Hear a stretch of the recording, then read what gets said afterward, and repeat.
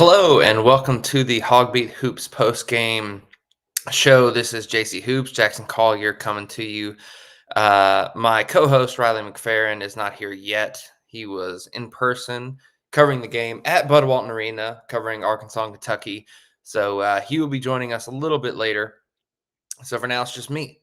And it'll be me rambling on my thoughts for now about the game. Very winnable game tonight. Obviously, there was the drama pregame. There was no Trevor Brazil in the game. First of all, I guess he's still dealing with his injury. Um, on top of that, Devonte Davis is no longer with the basketball team. It seems like we don't know any official reports, just that there's a statement released that he was not going to be there tonight. So I guess we will figure out what the exact specifics are with that moving forward. But Arkansas led for most of, if not all of, the first half. Played good defense, played decent offense, and ended up losing the game. It's just one of those things where um, in a season of winnable games, in a season of controversy, in a season of drama, in a season of all these different things, all of that kind of culminated tonight. And it was almost like, okay, there was some, I don't know, solution to some of the drama. Regardless, like, I'm not going to sit here and speculate on what goes on behind the scenes. I'm not going to sit here and pretend to know of everything that goes on behind the scenes. But you remove Devonte Davis, the team looks like it plays a lot more cohesively. I think Muss said something in his presser, even to that effect tonight. They still lose, even though you got career performances out of Makai Mitchell, and a better performance from the team as a whole. It kind of just all goes to the direction that this season has been, which is just disappointment.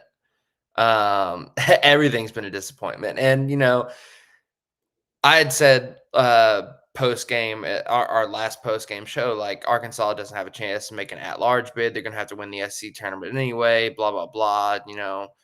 That for the most part that's true. I mean, technically they could have won. Like, I think I went and did the math. Like, they could have won this game, or they could have beaten Tennessee at home. They could have won at Kentucky. They could have won at Alabama. Any of those four games. So now they've lost this one. So they have three other games they could win. As long as they don't lose any games outside of those, they technically still have a shot to be an outside at large bid. But we'll see. But it was a winnable game. I think that's the big takeaway. I was unimpressed with the rotations, especially down the stretch. I don't know why Layden Blocker didn't play in the second half. I think that's one of my big takeaways, is why did Layden Blocker not play in the second half? You played L. Ellis in the second half a lot. He turned it over a lot, especially in key minutes. My co-host Riley is now here, live from Bud Walton Arena. Riley, how's it going? What are the vibes like in Bud Walton Arena? Well, the vibes, Jackson, aren't great. I mean, to start the game, they were pretty good. It was a good crowd, great crowd, actually. Everybody was into it. Musselman even talked about earlier this week how he expected a good crowd, but it was up to them to maintain that throughout the game. And I would say they did a pretty good job of that. Towards the end, when things kind of got away from the Hogs, fans started to exit pretty early. But, other than that, vibes are, what you would expect after a hard-fought loss against a top 10 Kentucky team. I saw a lot of improvements. I saw some areas where, they still struggled. Overall, a good performance, but not good enough to get the win. So to me, and I'm not, normally we hop on here and we talk about box score and we do takeaways and all that sort of stuff. I don't necessarily think I want to do a ton of that tonight. Not just to say that, oh, we shouldn't do it. Like, I can sit here and give Makai Mitchell a ton of credit. He had a double double. He finished with 12 points, 13 rebounds, 4 blocks. Makai Mitchell had a career night, played fantastic. But to me, I just think the bigger picture is, I don't understand what the identity of this program is right now. I don't understand what the identity of this program is moving forward. Um, you look at this team, and there's no identity and style of play. It's another loss. Again, you have questionable rotations. You don't know what um, to expect from game to game as far as who you're playing, who you're not playing. You didn't play Layden Blocker in the second half. You didn't play Joseph Pinion in the second half. You didn't like I just don't understand that sort of stuff. And then on top of that, if you look at guys who are out of eligibility, you got 6 guys who have no eligibility left after the season. You're going to have a few people who are looking to go to the NBA draft or play professional regardless. And typically, under Eric Musselman, you have at least a couple guys transfer out. So, this season, we're kind of at a crossroads where there's not much to play for in terms of postseason at this point anymore. And on top of that, just knowing the tendencies of roster movement under Eric Musselman at Arkansas, you're looking at returning maybe 2 players, maybe 3 players next season, given eligibility, NBA, given transfers, all that sort of stuff. So Arkansas, I would even make the case that this Arkansas basketball program is in an identity crisis right now, even though you're having a head coach who, Eric Musselman's in his 5th year. Next year would be his 6th year, and we're having an identity crisis. I think that is a major issue right now. I think identity crisis is a pretty great way to summarize this season up to this point as well. I mean, coming into the year, I've talked about it before, but Eric Musselman wanted to kind of get away from, maybe not get away from defense, but he changed up the way he attacked the portal, got a bunch of guards, went for that more offensive approach. Hasn't really paid off. In fact, it definitely hasn't paid off. They only scored 57 points a day. Defense was actually what kept them in it. And so, yeah, that identity crisis we've seen that throughout the year. It's culminated into a 10-9, I believe 1-6 SEC record. And just like you said, I mean, they're going to have a lot of players leave this team. Potentially you could have 10 transfer portal additions over the offseason, give or take, depending on what happens. So, yeah, identity crisis, I would agree with that. I don't really know where you go from here this season. I don't know if there is anywhere to go. There's no way they make the NCAA tournament unless they just, like become a magic team and win every single game from here on out, and that's not going to happen. So, and I don't see Eric Musselman accepting an NIT bid, even if they did get it. Personally, I'm not him, but yeah, I think identity crisis is a pretty good way to put it. I do want to say to everybody watching, thank you. If you have any questions, comments, concerns, anything, feel free to comment them down below, and we'll get to you. But yeah, I completely agree, Jackson. Have one question from T. Will. Let's see if it'll let me show this. I hope Musk comes to Louisville. Do you think Devo Davis knows Musk isn't sticking around by chance? Back channels are real. I'm not gonna comment too much on the whole speculation process. I've posted a lot about any rumors. If you want to get in-depth information on rumors and such regarding Eric Musselman, regarding Louisville, regarding any sort of that stuff, you can subscribe to HawgBeat.com. Go over to our premium message board over at the Truff. And I've given as much info as I have on any sort of situation like that there. But that I guess that's all I'm gonna say about that. Jamison McFadden said our shot selections were pretty bad. Mark and Battle both struggled. Yeah, and if you're Arkansas, those are 2 guys you can't really afford to have struggle. I think Battle and Mark combined to go 8 of 27 from the field, which is terrible. There's no sugarcoating it. I don't have anything else to say because those are supposed to be the guys. Mark has established himself as the guy, like the go-to guy as far as we're gonna go through Mark, we're gonna run our offense through Mark, and he's gonna be our ISO man, he's gonna be our assist man, he's gonna be our point forward, similar to a Mason Jones type, and he's played that role well. He's been efficient. He shot well from the perimeter. but he was off tonight. And then Battle, who was supposed to be like coming into the season, I had Battle pegged as like the sixth man type that you'd have like a JD Note six man or like the Ricky Council six man or like Council was supposed to be the six man last year. And when he isn't hitting, he's a very powerful offensive weapon to have, and he wasn't hitting tonight as well.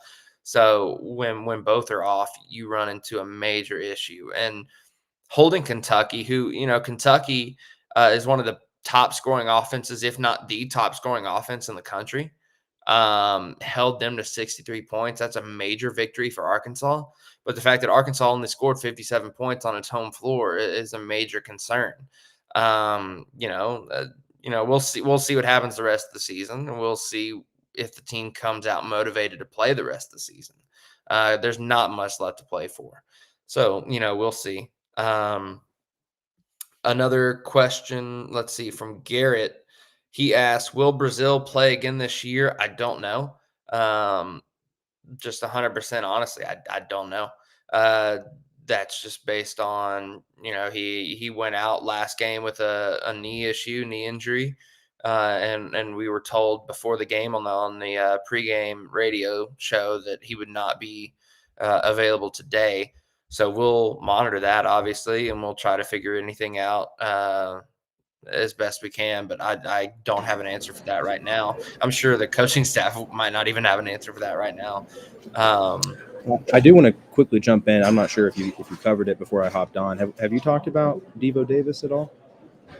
I addressed it a little bit at the very beginning. I haven't gone in depth. I was waiting for you before we went like super in depth so we could have an actual back and forth. But I did mention at the top of the show that there was a release from the team that Devonte Davis was no longer with the team. We don't know exactly the specifics. We don't know if it's permanent. We don't know if it's temporary. We don't know a whole lot other than that there was a release and that he is not with the team currently. There are plenty of rumors going around regarding his status. We're not going to address those rumors right now, but just in terms of on the face value, taking it for face value that he is not with the team right now and that he was absent for this game. Riley, what do you think that does for this team? Well, I actually think that's a perfect kind of segue to what we were talking about earlier with identity crisis, right? I mean, this team under Eric Musselman has kind of not been built around Devo, but he's been a key cog in every single one of Musselman's teams, including his postseason runs, right? So, yeah, Devo's struggling this season, but ideally, you want him to bring that leadership, bring that experience to the court, and he's the guy that can make things click. He's not going to drop 20 plus points every game. You just want him to be a good off the ball, has his role, plays it well. And this season's been pretty rough, right? I believe this might be the second time he's left the team. I want to say he did it last season. Am I correct on that? I thought he left shortly. Maybe I'm wrong on that. I thought he left temporarily. I will say Musselman didn't add any more details during the post-game press conference on Devo Davis' situation. So we're kind of in wait and see mode there. But I think, Devo hasn't really played a massive role for this team this year. He's posted career lows like pretty much across the board. And so going forward, I think, just keep feeding Tremont Mark. Hope Caleb Battle can kind of get back to form. Layden Blocker, like you talked about earlier, I mean, that dude is good. I don't know why he didn't play in the second half. It doesn't make any sense to me, especially when you're struggling. You want to kind of develop your guys and get them ready for the end of the year and potentially next season. Doesn't really add up in my head. I'm not the head coach, but yeah, I mean, to me, Devo Davis, like, you hate to lose him. He's been the guy a few times here and there during Musselman's tenure, but you're not just devastated, I guess, for a lack of a better term. Yeah, and I think my term identity crisis sums up Devo Davis this season perfectly as well because coming into the season with so many additions to the backcourt, no one really knew what Devo's role was or what any really player in the backcourt was going to be, like what their role would be.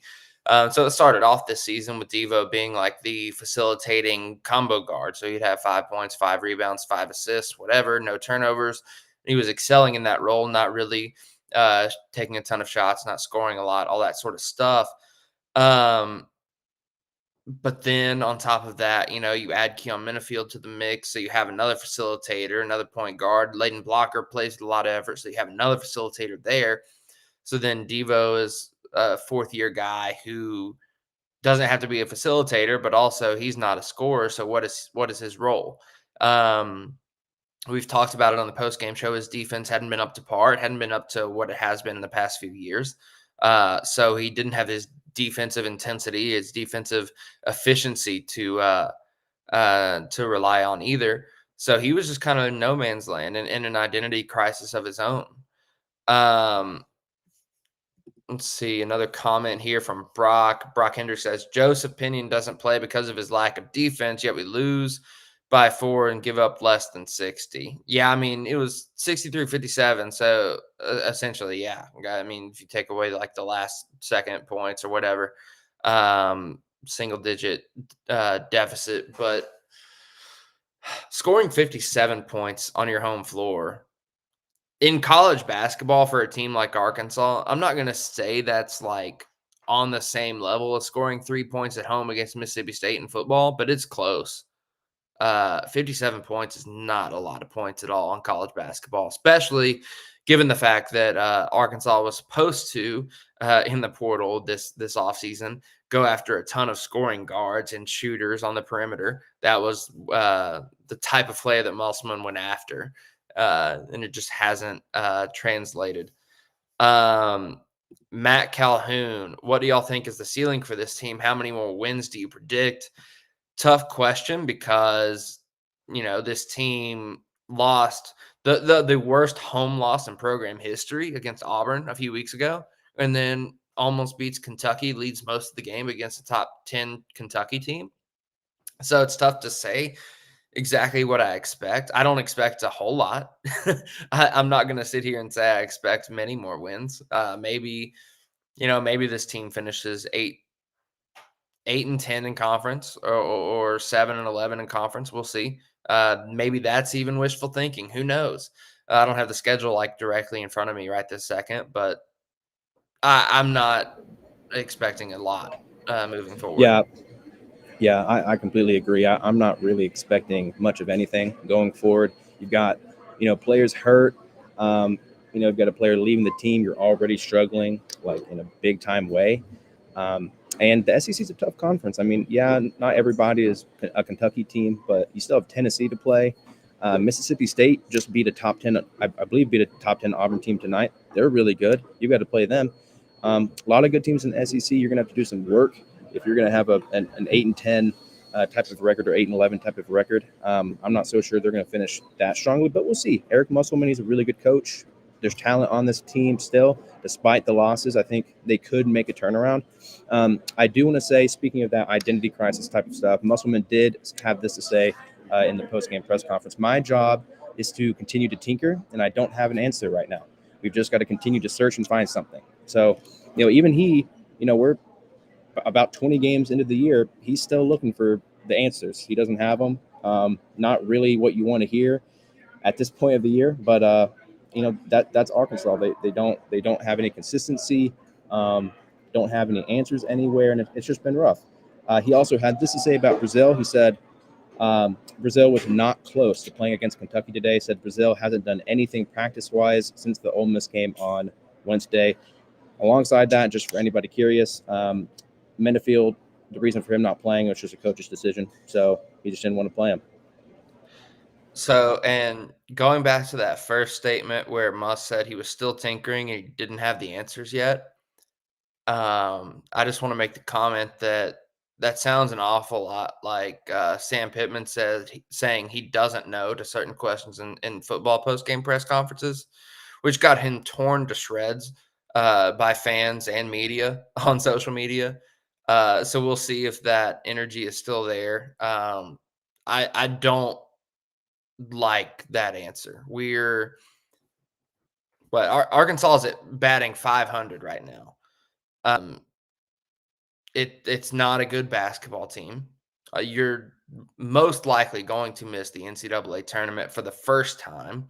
I guess missing since his first year there was no NCAA tournament. It's going to be the first time that an Eric Musselman coached Arkansas team misses the NCAA tournament. And he's going up in a press conference and saying he doesn't know, essentially. I don't necessarily think that's acceptable.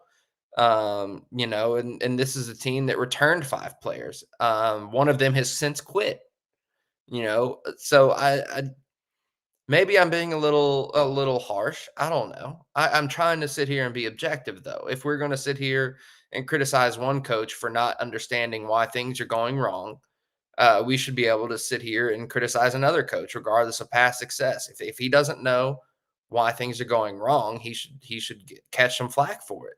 Why aren't things going wrong? Why are you playing 9 players before the first media timeout in your previous game? And then why do you shorten your rotation this game? Yet you're the point guard who had the highest plus minus of the game doesn't see the floor in the second half and Layden Blocker. I just don't. There are legitimate questions that I just don't understand. I don't understand a lot of what's going on with the rotations, with the offensive scheme, the ball screen isolation that this offense is trying to run through. I don't think it's good. I've been a proponent all season of playing L. Ellis through mistakes, and he finally has started doing that. And then tonight he has multiple mistakes. I think 4 turnovers in the second half, and he stayed on the court when it was a winnable game. Um, it's just there's a lot, and There is a lot of questions, not a ton of answers, if any at all. Jackson, I do have to leave a little early today.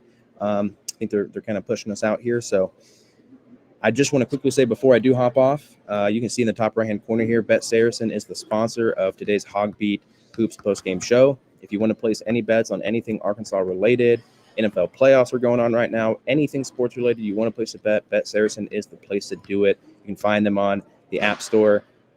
Go to Bet Saracen, bet there. Jackson, appreciate the time. Appreciate everybody here watching the show. Keep watching. Jackson will finish it off for me. I'll see you guys next time. all right, guys. So it's just me for now. I'm not going to stay on here so much longer because it is a little late here. It's 9 o'clock here, and it's a Saturday. So I'm going to try to hang up here shortly, but I'm going to field some of your more questions and see. Uh, Matt Calhoun says, I bet Saracen tonight lost my house on the game. That is unfortunate. Um, I'm sorry for that, buddy. Um, David Baker says poor roster construction. I didn't want to look at that, I guess, before the season.